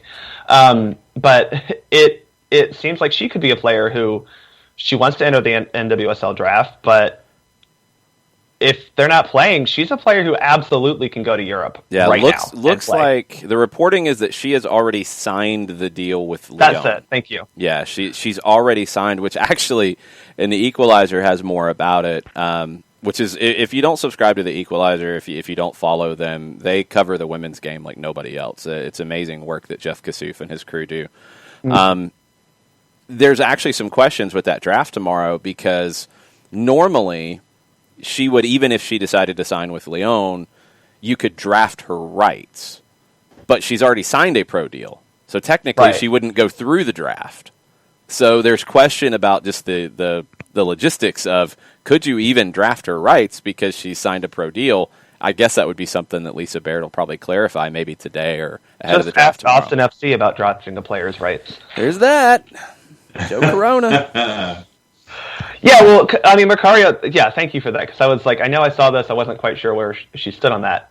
She makes total sense to go to Lyon. She's a great player who has a tremendous upside, and Lyon is betting on her future, not necessarily her present, but I don't think she'll play at Lyon immediately. Lyon is stacked. But if you're Vlatko and you're saying, okay, she's going to go play with the best women's club in all of professional soccer, you want her to do that. It's going to be better for her than just about anywhere other than playing directly in NWSL. This is the type of stuff that a lot of women's college players are going to start looking at. Hopefully this year is just, these past 2 years are the weirdness of NWSL, and we can get past that. I do expect to see a season of NWSL. It's just a matter of what it looks like. But you still have to contend with money. And that's the thing where the NWSL is really, Lyon, Manchester City, Chelsea, Manchester United, PSG, they're backed by ownership groups that have money that NWSL ownership groups just don't have. And can't pay. So that's the issue for NWSL. I'm not trying to be doom and gloom about NWSL. It's just they really have a legitimate problem that they need to address as soon as possible. You mentioned we've been talking about the women's camp itself, and we talked about the veterans, but of the younger players, Bart, who are you looking forward to seeing in the women's camp to add to your database of knowledge? Who are you looking for? So I'm really interested to see more of Midge Purce. I think that she is probably the best young talent that's already been in this pool. I really like her. I really want to see Alana Cook, who plays at PSG. She's already in Europe. I'm really interested to see Alana Cook play. And I do want to see Catarina Marcario. I think those three are really the spine of what the women's national team can be going forward. Very interested to see how they work together. And she's not young, but I really just want to continue to see Lynn Williams play soccer. I love watching her play. I'm really excited to see her. And another thing, I'm really excited to see some goalkeepers come in, Aubrey Bledsoe and Jane Campbell, who, for some reason, Jane Campbell wasn't really considered strongly for U.S. women's national team rosters in the past. I'm glad she's finally getting her duly deserved inclusion into these camps. And Bledsoe's a good one to have as well. She really does have... I'm not saying she's Hope Solo. She reminds me a little bit of the way she moves like Hope Solo. Bledsoe, not saying she's Hope Solo. Yeah, maybe the off-the-field stuff, we can leave that part out. If she plays like Hope Solo, I am all for it. All for it. Bledsoe really impressed me in the Challenge Cup and everything going on last year. I did want to ask you, too, on the Federation side of things, we know now that Cindy Parlow-Cone is the only candidate for the final year of this term for president. It's gotten all out of whack when Cordero stepped down, and nobody else is running for a one-year term. We'll have to see what happens next year when a full term is up for vote. There are 4 people up for vice president, and a couple of them, or 3 of them, are people that you probably don't know unless you're in these areas. Jim Sadowski, who is the Metropolitan D.C. Virginia Soccer Association president. Bill Taylor, who's the Idaho Youth Soccer Association president. Tim Turney, who's a U.S. Youth Soccer vice chairman. There's one name that everybody knows, Kobe Jones. We're starting to see more former players get involved here, and some people don't like that at all. What do you think about this kind of race with a former player, a legend, a big voice in the game, and people who have been involved in the game for their whole lives but aren't as well known? I mean, are you just waiting to see what they have to say, or do you have any feelings on where the federation side of things is going? Yeah, I won't. I'm not going to comment too much on what I actually think about them, but your general question about players who. We had, Jason, you know this better than probably any of us right now. Up until 1990, we didn't have anything. And really, up until 2002, you can even talk about that World Cup in 94, but up until 2002, the players that we had were very top-heavy. It's good to see players who have finished their careers a while ago, to be quite honest, for Kobe Jones and Cindy Parlow-Cone, who are now able to feel like they can step into leadership roles. I think that's a positive. I will say, however, there's a big difference between playing soccer at a high level and running an organization. And that would be my concern with Kobe Jones. Nothing against him other than that, but no, that's totally fair. We see it with federations around the world. I think the biggest difference here is we have such a strong non-professional base of power in the federation that you don't have anywhere else. You don't have a state youth soccer association president involved in the national politics of soccer in Germany. You don't see that. It's all coming from the pro game. But here, there is a definite pushback on the professional game's involvement at the federation level, which is really kind of odd in some ways because it's not traditional. But American soccer is not traditional, so I guess that's just where we are. Well, when you look at the organization of U.S. Soccer Federation, it's been running a professional league for this will be its 26th year running, overseeing a professional league, a truly professional league. It has been much more about growing soccer at the youth level than it has been improving the professional level. Not that saying that it hasn't tried that, but the goal of U.S. soccer for probably since 1990 has been to try to get more kids to play soccer.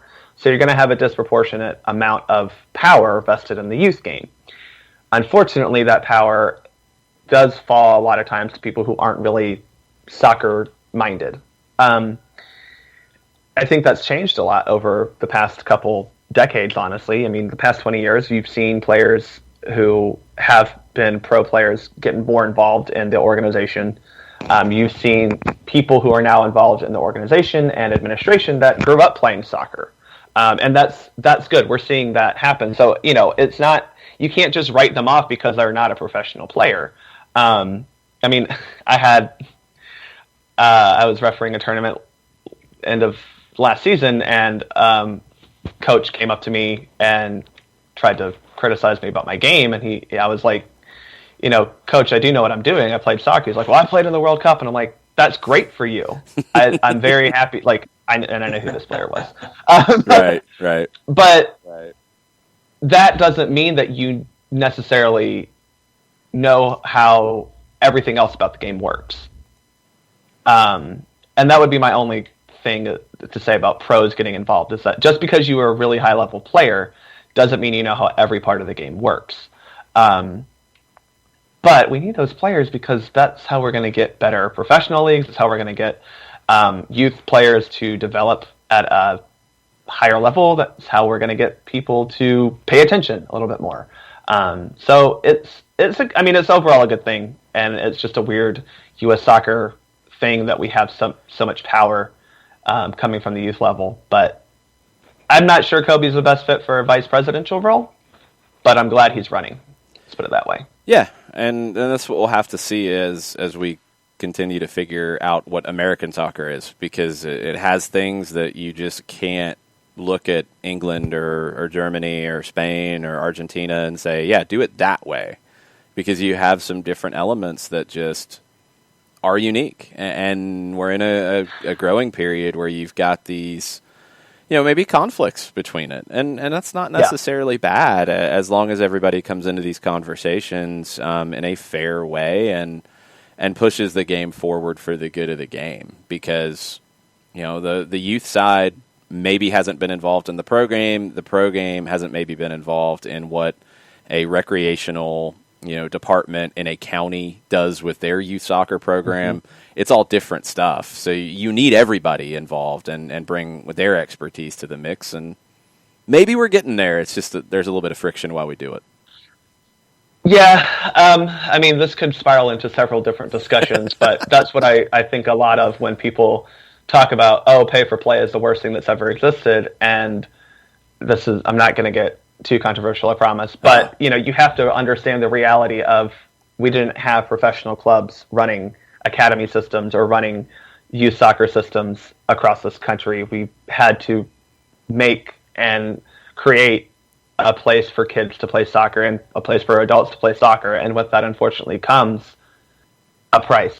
As much as Atlanta United's academy is going to help this, Georgia do well and the players in Georgia play better at the youth level, so has Gwinnett Soccer Association, so has Inter Atlanta, so has, look at South of the city with MOBA. Yeah, MOBA. Yeah, Peachtree City MOBA, yeah. You can't do everything like England does, because England everywhere had a professional level club or a somewhat of a professional level club that could fund an academy to some extent, or could at least allow for kids to play soccer at a very reduced rate. We didn't have that in the United States. And honestly, the academy system in MLS is still relatively new.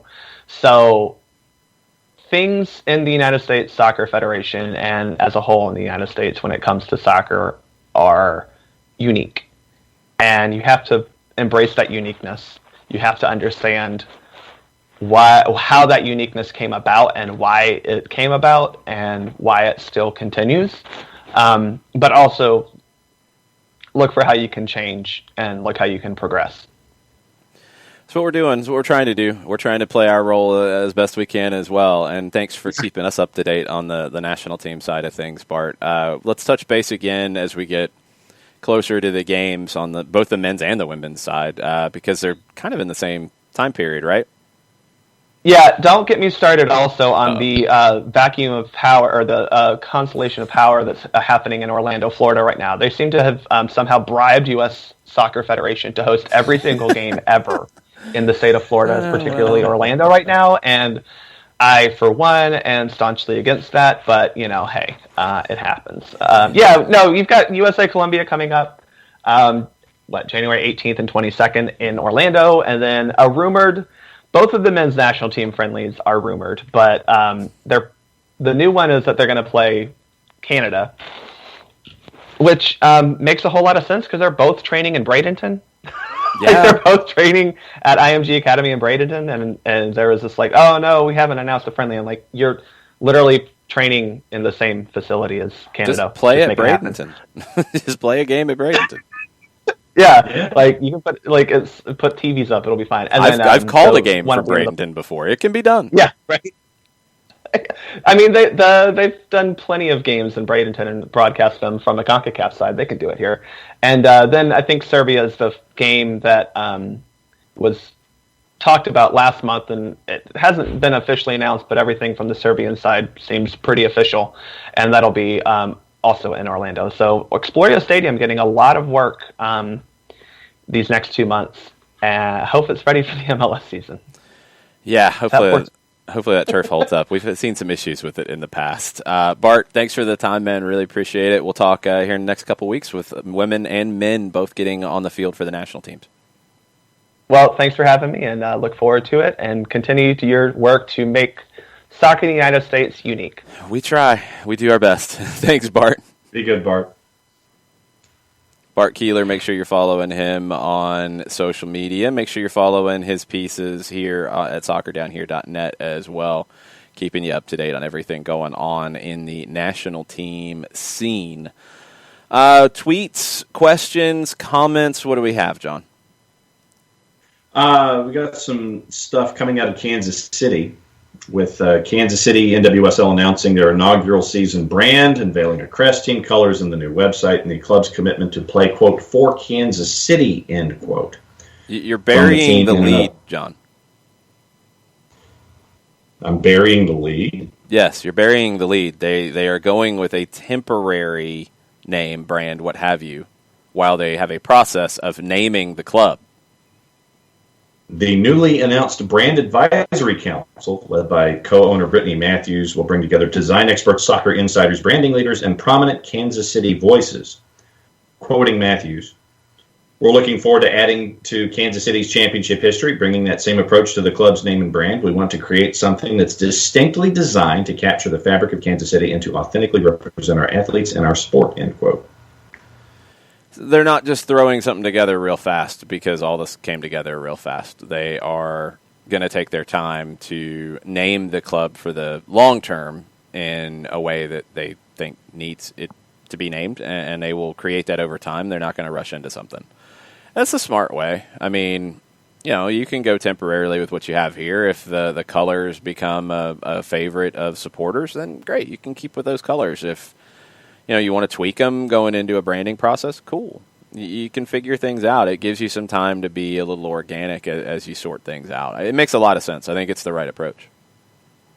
Yeah, and they are, once again, they're going to take their time about it, and they've already discussed how I want to say 10% of their investment is going back into the community in Kansas City to continue growing things at the grassroots level. So very, very cool stuff out of Kansas City this morning. Any questions, comments from listeners on the Twitters? Yes, Nathan Pugh, in our discussion about Major League Soccer in the top 12 that we had in hour number 1. He says, Nathan agrees on the potential higher exposure in MLS. I think a higher cap or this U22 initiative thing can attract players even more. You've got to be able to have better financial offers to turn heads. I don't think that's as much of the issue. I really don't. I think there's an assumption that it is, but when you're comparing what Moises Caicedo is making at Independiente del Valle and what he would have made in MLS, it's night and day. When you compare most Argentine players, even ones that are going for $10 million, to what they could make in MLS, it's night and day. And that's not even getting into the fact that the payments are going to be on time and the checks aren't going to bounce. The salary is good. That's not really an issue for these players coming over. Like, there are players in the league that you want to raise the salaries for. You want to raise the salaries for the kids coming through who decide, instead of going over to Europe before signing an MLS deal, that they sign an MLS deal. Those are the ones where I think you need to raise it more for domestic kids. But in these situations, it's good money.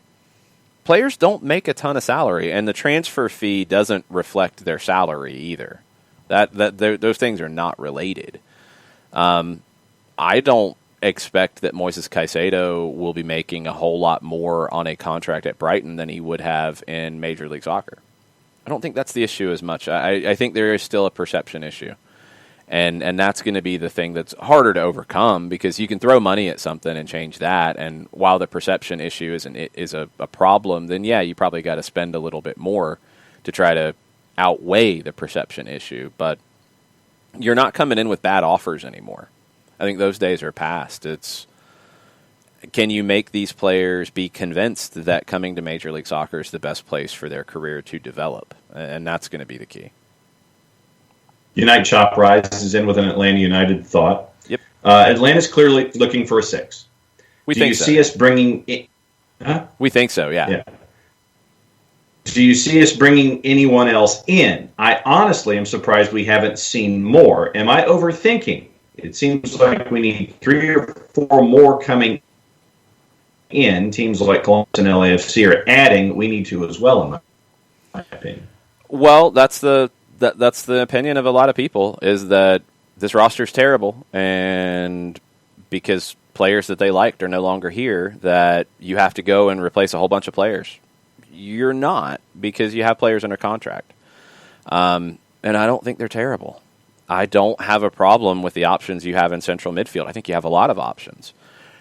Defensive midfielder, the 6, is a specific role that I think you need help in. And to get to the level that you want to be, yes, I do think that's a position that you want to go get somebody. Just because there was a rumor about Agustin Almendra without any kind of an offer process, and without him even training with the team at that point when that rumor popped up. Let's be real. The Agustin Almendra stuff is far more complicated than an offer was made and it hasn't been accepted yet.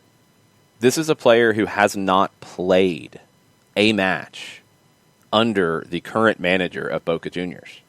He last played in November of 2019. When the coronavirus outbreak happened, he did not want to come back into camp when they opened their training camp back up. He refused. They said, you have to, you're under contract. He tested positive for COVID when he arrived. Then he was out for like a month. Then he did not report. He has only recently reported back to training. It's not a normal situation. So there's a lot of questions there. There's a lot of questions about him, about his relationship with the club, about how the club has handled him. There's a lot of questions about Almendra. There were a couple of reports a while back about he's a target, and we haven't heard anything else. So reports and rumors are not necessarily facts, and that needs to be understood, because I think now there is a perception, because it does sound like Atlanta was involved in the Caicedo sweepstakes. Somebody from MLS was, and we went through it, and Atlanta would make a lot of sense to be involved in that. Okay, if they were. And you missed out because somebody offered less money, but they're in a more prestigious league. And they're going to loan the kid out to a second division Belgian club. But anyway, you miss out. There's no even understanding that there was an offer made for Almendra. We don't know what that situation is. So now there's this perception that, you're missing out on talent. Oh, here we go again, front office, blah, blah, blah. That's feeding a narrative that was already there that some people have. I don't think it's a fair one. That's my opinion. Could they go get another 6? Yes. As we've said, whenever this comes up, who's next on the list? I could go and pull a list of 50 good defensive midfielders, a variety of ages, a variety of leagues they play in, a variety of levels in South America or South American players playing elsewhere that could fit. The list of talent is out there. It's huge. You could go and start talking to all of them and sign the one that you think is the best fit. There's not a limited talent base for you to go get. You could go get somebody that you don't know, which is what normally happens here.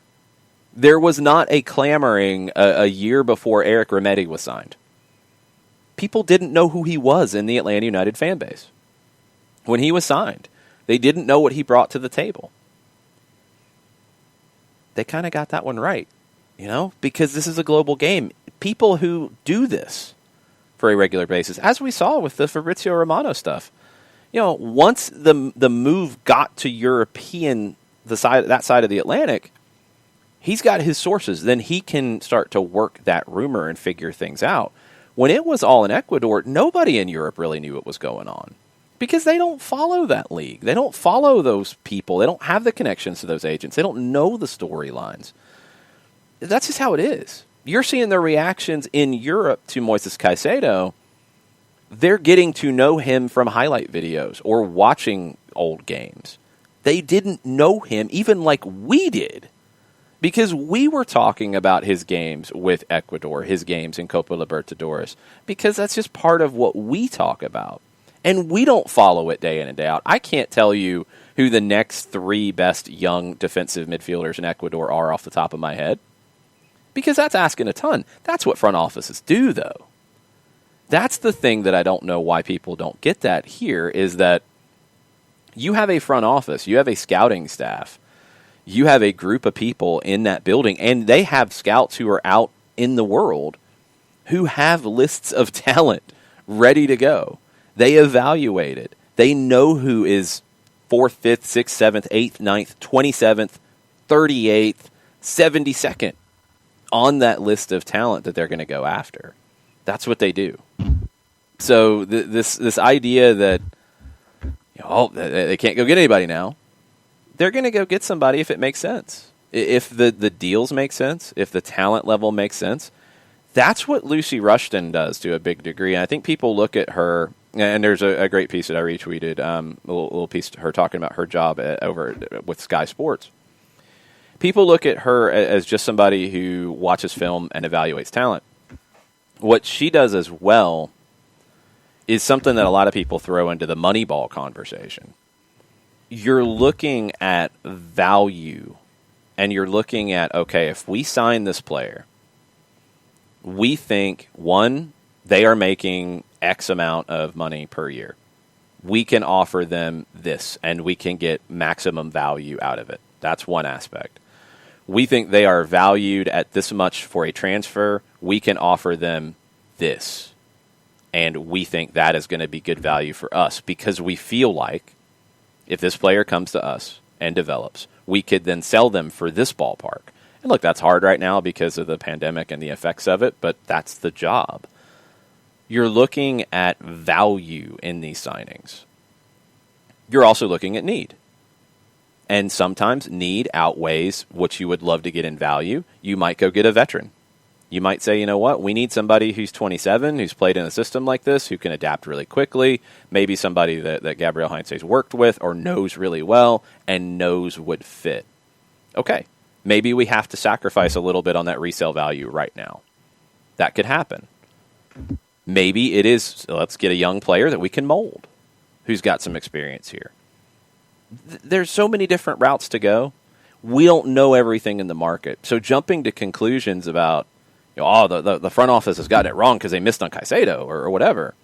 It doesn't even make sense, because you're taking like one page of the book and saying that the book is crap without reading the rest of it, or even having access to read the rest of it. It's like going on Google Books where you can look at the free previews of stuff and reading a couple pages and saying, oh, this is garbage, without even being able to read the rest of the book. So, tranquilo. Relax. They are going to give Gabriel Heinze the best roster possible that they can give him to have the best results possible, and also play the way he wants to play. That's what they're going to do. We are definitely not doing a 3-hour show, Sean. I am not 3-hour show worthy right now. And John's on vacation, so I'm just glad my voice has held up this long. But that's my soapbox, and I'll break it and stop rambling now. Tranquilo is the biggest thing. I think you have guys in-house that can fit the way that Gabriel Heinze wants to play with time. I think you also have the ability to go out into the market. You have the roster spots to go out and do it if you so choose. You have some money you can spend, obviously, if they're making offers on players or even being talked about with players. You would think that there's some moves that can be made. Cool. Let's see how it goes, because this isn't as easy as picking up a phone and, cool, there's the player, done, all good. Let's move on. That's not how the sport works. I also retweeted from the Soccer Down Here Twitter account the Lucy Rushton minute 40 that came from Sky, so that's out there for folks to watch as well. Last thing to catch us up on the Twitters, Nathan came back in and he said that, and this is for everyone in the SDH family, he says, yesterday was my wife's first treatment with doxorubicin, colloquially called the Red Devil.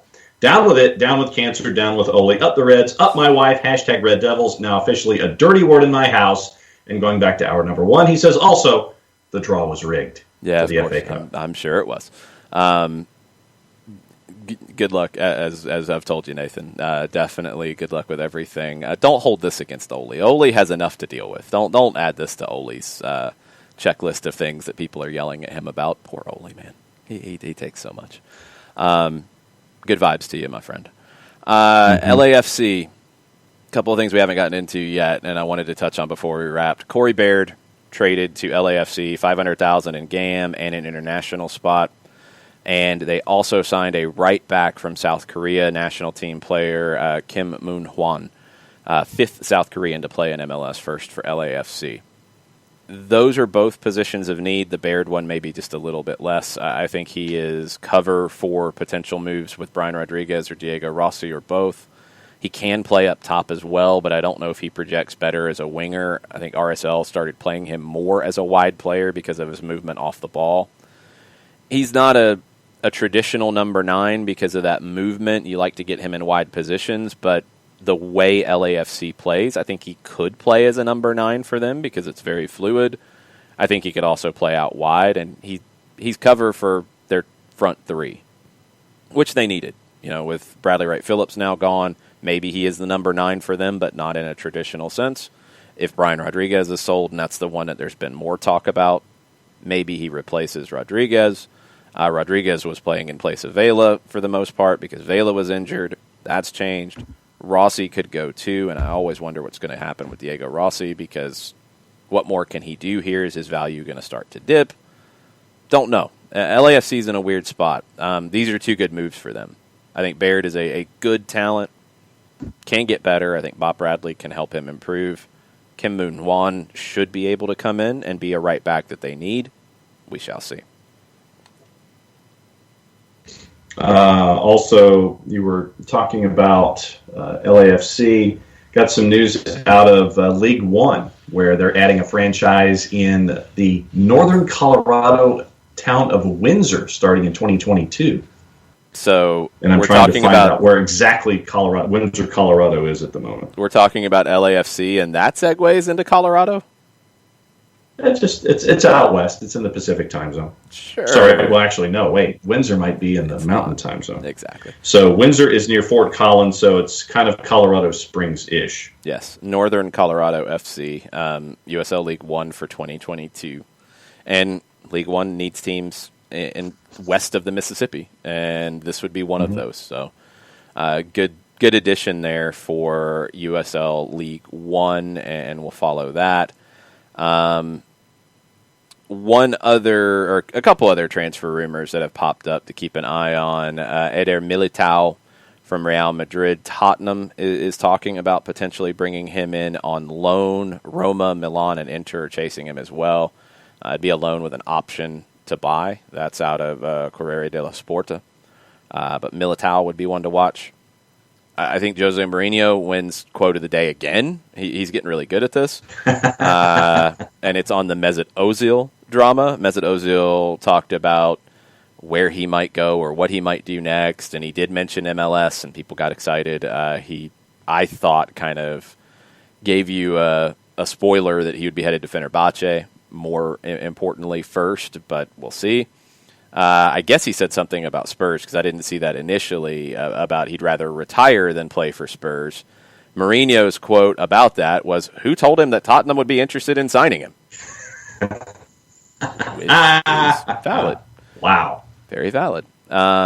West Ham and Newcastle are leading the race for Spezia striker Mbala Nzola. Italian clubs are also trying to get him. He's 24. West Ham needs a new striker after selling Sebastian Haller to Ajax, and David Moyes talked about that. The offer was too good for them to pass up, so they did it. Now they could go out into the market. Nzola is one of the players on the list. Ismail Assar at Watford is also on that list. Pat Sandaka at Red Bull Salzburg is also on the list. Newcastle looking for a forward, but according to these reports, Steve Bruce has been told by Mike Ashley that he's asked to look for loan deals. He can't look for actual transfers. So it's unknown if Spezia would do a temporary move here. He's got 9 goals in 13 Serie A appearances. He was big for them in Serie B, where they got promoted from this past season. He can play out wide on the right as well. Italian clubs are chasing him too, but right now West Ham and Newcastle seem to be the clubs that are most likely to get him. You mentioned some of the other matches that are being played today. Current juice boxes: Bayer Leverkusen is a -105 going up against Eintracht Frankfurt. That number has decreased a little bit during the show. Started out north of +250 for Eintracht Frankfurt. It is down to +243, and your draw is at +296, basically almost a +300 where that's concerned. And then Coppa Italia, I wanted to drop that one in. With Milan and Torino. Milan is a -182. Torino is north of +500, and your draw is north of +330. Scott Parker is not happy that Fulham has been moved into a game on Wednesday against Spurs. He called it scandalous. Of course, Jose has no sympathy for that. I don't have a ton because it was Fulham's issue that led to that game being postponed initially anyway. So I think you kind of lose the ability to complain when you caused the postponement initially. Yeah, you found out on Saturday that it was a possibility, and Parker said that didn't really believe that it would happen. Well, if you're told that it's a possibility on Saturday, you got to prepare that it's a possibility, and the rest of it's on you. He, I guess, was told about 48 hours or a little bit more than 48 hours that it was a definite. But if he was warned 48 hours before that it was a possibility, there's only so much you can do here.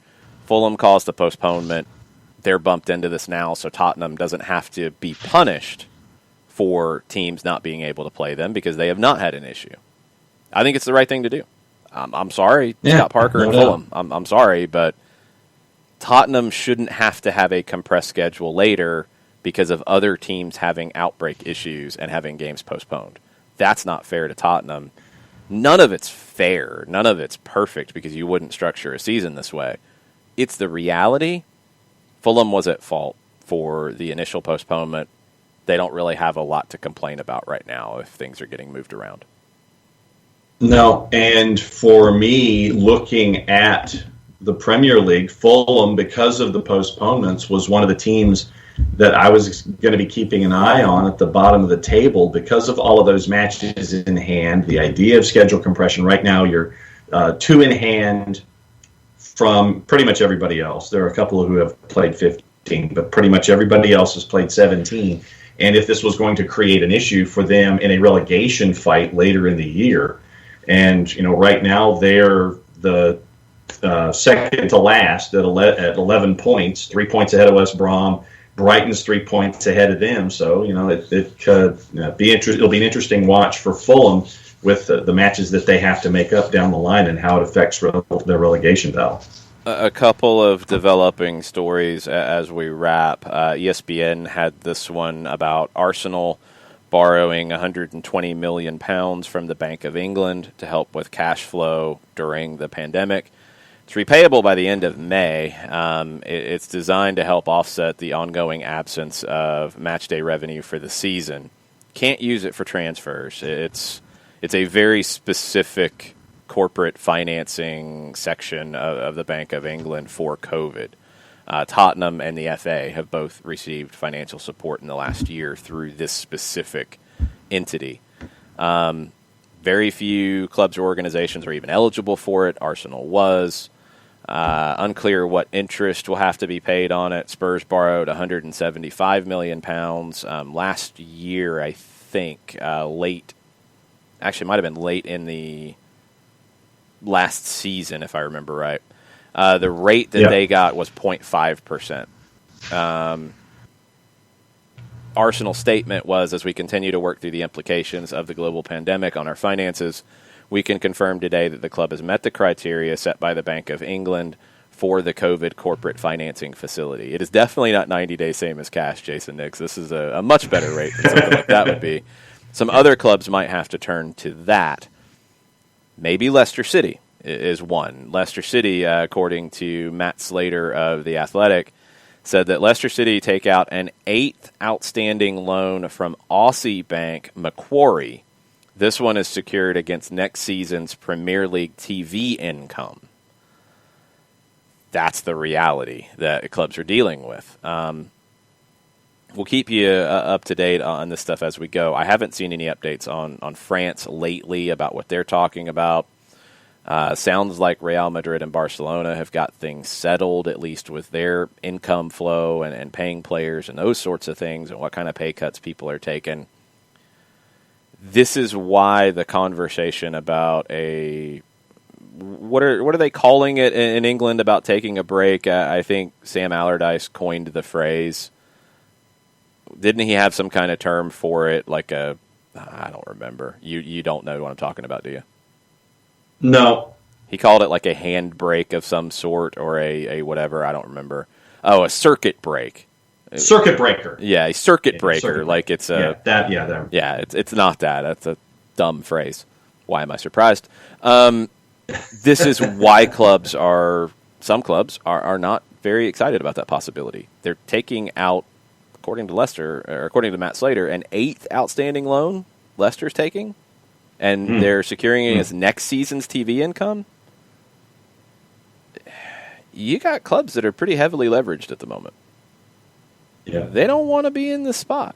And if things get delayed further, and then you get into a situation where you have to cancel games and you have to decide the season by points per game, and you have to give back TV money again that you've maybe already used to secure other loans, it's rough. So that does factor into it. I know it's health, it's safety, it's the outbreak, and it's things that England is dealing with right now that are a huge concern. You had another round of testing that 36 players and staff tested positive. 2,593 tests across 2 rounds over the past week. It's a slight decrease on the 40 that were there before. That's a positive. That's still 36 and 40 people that have tested positive out of about 5,000 tests over the last few weeks. One is too many. But this is an issue, and it is an issue on the financial side. And I don't think teams can afford to take the hit. I don't think they can afford to give money back to broadcast partners if they don't deliver the amount of games they're supposed to. I don't think they have a lot of room to work with right now. So we'll keep you posted. But that Leicester one was eye-opening to me. Yeah. Because they're already securing loans with next season's TV income. And that's a scary spot to be in, because if anything goes wrong, you've got problems that you can't overcome. So, no question. We will we'll see where that goes. I'll leave you with this, and I'll let you guys decide who this would be in MLS, and you can continue the discussion on our Discord for our subscribers, on Twitch for our subscribers, on Patreon. If you don't have your invite to Discord, please give me a heads up so I can make sure you get that. It was supposed to be automatic. It wasn't. So let me know how I can get you into the Discord if you are a subscriber. But Diario Record in Mexico had a poll, a survey that they did. I think it was more than just a poll online, of the 5 most hated teams in Mexico. Number 5 was Atlas, which surprised me a little bit, 2.2%. So it got pretty spread out beyond the top 4. Pumas was 4th with 5% of the most hated vote. Cruz Azul, 9.8%. Chivas, 16.4% most hated. Club America, 31.4% most hated club in Mexico. Who would be the most hated club if a survey like this was done in Major League Soccer? Let us know. Think about it. Put in your votes. We don't have a survey procedure here in SDH, but let us know who you would vote for. And I think a lot of people outside of Atlanta would be voting for Atlanta United. Maybe not as much right now. In the past, they would have. Who would you vote for? You can share it on our Twitter, @SoccerDownHere. You can share it if you follow us on Facebook. You can share it there in the comment section to the show today. You can also get the conversation going on our Discord. Six Gears reminded me I can add a survey to the chat here on Twitch. You need to tell Mateo that because, I'm trying to host the show and do things. Mateo can help out with that as well. We'll try to get Mateo up to speed on the training process for that, and maybe we can find ways to do more of that during shows, but it gets a little complicated sometimes. No, I know how to do it. It's just literally actually being able to do it while doing the show. It's a little complicated. My brain only goes in so many different directions, if you guys couldn't tell. All right, we're going to wrap there. Sorry, no soccer over there last night. I needed a break. My voice was dead. It's pretty much dead now, so I need another break. We'll be back tomorrow to catch up on everything that happens today. You got a bunch of games. You got some big games in South America, big game in England. We'll be talking about all of that. You guys can continue the conversation in Discord as well. Thanks for hanging out. Mucho platio. Mucho platio.